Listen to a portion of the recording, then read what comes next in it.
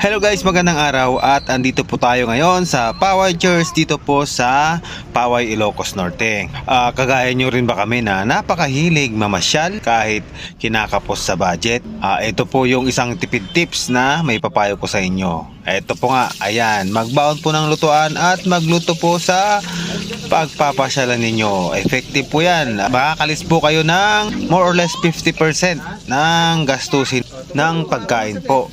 Yun nga lang, napakahirap po at napaka-hassle magdala ng lutuan at magluto pa sa papasyalan. Pero pagkagaya ko rin kayong mahilig mag-camping at magluto rin, basic na basic lang po yan. Sana po nakatulong itong tipid tips ko sa mga kagaya naming mahigpit sa budget pero hindi mapigilang gumala. Kailangan din kasi natin ng pasyal kasama ng family natin kasi nakakatulong itong maging mas close pa sa isa't isa. Yun na lang, kailangan natin pong pag-ipunan at dapat may budget. At yun lang po sa